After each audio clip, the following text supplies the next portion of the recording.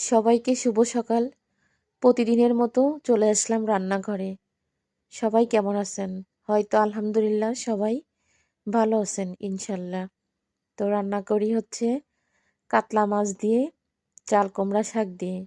আসলে তাজা মাছ দিয়ে শাক দিয়ে কিন্তু অনেক মজা লাগে। ফ্রিজে তো রেখে সবসময়ই খাই, কিন্তু সদ্য যখন মাছটা আনা হয় তখনই হয়তো বোনা করা, না হয় শাক দিয়ে রান্না করা অনেক বেশি মজা লাগে।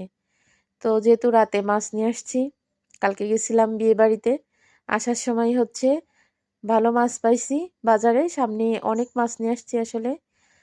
আর তার ভিতরে কাতলা মাছটা দিয়েই শাক রান্না করতেছি। আসলে মাছটা আমার মাঝখান থেকে এইভাবে ফাড়া উচিত ছিল, অনেক বড় মাছটার ওজন ছিল 4.5 কিলো।